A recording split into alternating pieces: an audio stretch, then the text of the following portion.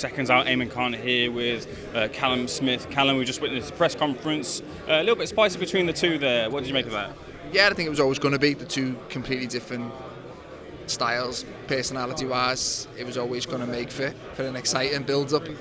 Hopefully it gets a little bit better and it lives up to it and delivers in the fight, which I believe it will. Chris Eubank Jr. being a classic Chris, really trying to get under the skin and saying he's going to be 50% for the fight with your brother. Does a 50% Chris Eubank Jr. beat Liam Smith? No, definitely not. I think he knows that himself. I think he's done his whole career, his dad done it. He say stuff to get headlines and stuff, and even the 60% with Ben it's just to get people speaking. He's putting it in camp. He's dieting well. He's doing what he needs to do to make sure he's at his best to win this fight.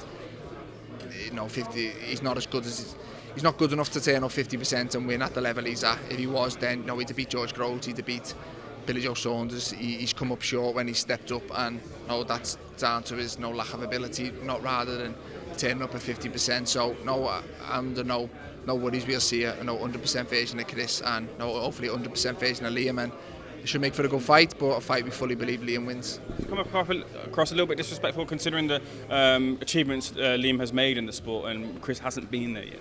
Yeah, exactly, and he's saying he doesn't get the respect he deserves and the credit he deserves. Well, go and win a genuine world title and maybe you'll get the respect. His best achievement's probably a British title, which again there's nothing wrong with it, but he puts himself up there with your Canelos and stuff, and he's yet to do it at the highest level. He fought for a world title against George Groves and come up short. So win your world title and maybe you'll get the credit you deserve, but until then keep your mouth shut a bit and do your talking in the ring. But look, regardless of what they both achieved previously, at this moment in time it's a good fight. It's a very good fight to watch.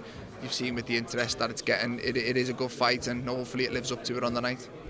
It's always interesting when sparring stories get brought up at press conferences. Can you tell me from your own words, those spars that you did with Chris Eubank Jr, what were they like? Yeah, look, again, I'm all for sparring. It stays in the gym. You can't really take a lot from it, but you can take some things, and the spars were good, and Liam obviously took stuff from it that he believes he'd be the better fighter on the night. The spars, they were a few years ago, but you can take stuff from it stylistically, and Liam believes from that day onwards he's always believed he's got the style to trouble Chris and to beat him. We'll see on the night, but look, Liam's training well. He's right into his camp now, and he's doing everything he can to make sure the best version of him turns up, and I believe the best version of Liam Smith beats any version of Chris Eubank, whether it's 50% or 100%. I think Liam's the better fighter. In terms of that in-ring action, and how does Liam beat Chris on the night? I think he's just a better fighter, to be honest with you. Eubank's good at what he does, but he's a good inside fighter, but it's probably Liam's strongest point. Liam's a good inside fighter. I think at distance and in terms of just boxing ability and boxing brain, Liam's been there and done it. Chris hasn't yet, and the times he's fought a good skilled boxer. I don't mean skilled and flashy, just a good fundamentals and a good boxing brain in Billy Joe Saunders and George Groves. He's come up short, so I believe it'll be the same outcome this time. I think Liam's just a little bit of a better fighter all round, and hopefully we'll show that on the night. I appreciate you can't speak for Chris specifically, but I remember there's an infamous moment where Eubank Jr. lost to George Groves, and Nassim Hamed said, "Look, which camera do you have to look into to tell Chris to retire?" He then Chris put the pressure on himself, said, "If I can't beat Conor Ben, I'll retire as well." Do you think if he doesn't get the victory against Liam Smith, he might choose to retire? Again, possibly. I'm not.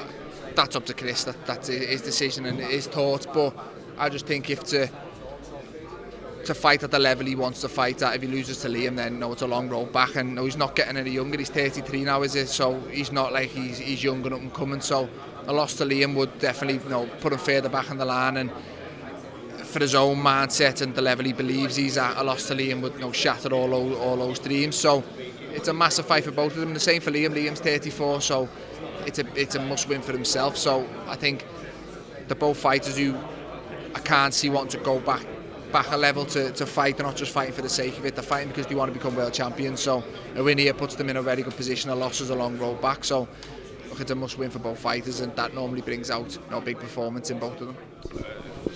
Mentioned about the size from Callum there. Do you think maybe that size will play a factor for Chris if it is to play a factor in the fight? Not really, because again, as Chris boxed that super middle, but he's a decent sized middleweight, and I think Liam is a big light middle, so would be an okay sized middleweight. And in terms of actual weight on the night, I think Liam will probably be the heavier. I do think the natural size is with Chris. Say he's fought that super middle and middle, but I don't think there'll be too much in it on the night. So look, if they want to read into that, they can. But no, I don't think it's as big as what people are making out. I think, stylistically and size-wise, they'd be pretty similar on the night.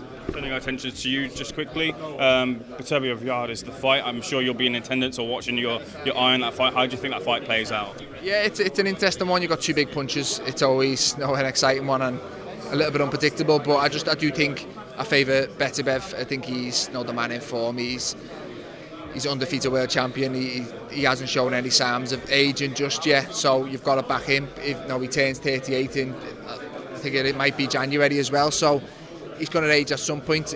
Yard could get him at the right time, but if I was a better man, I think I'd go with Beterbiev, and it was a fight that I look forward to facing the winner in the summer. Would you potentially have a run out beforehand, or? I want to, yeah. That's the plan. If they fight in January, they're probably not going to fight me till the summertime, and obviously my fight was in August, so it's going to be 10, 11, 12 months sitting out the ring, and it's not ideal to go into the biggest fight of your career after a long layoff.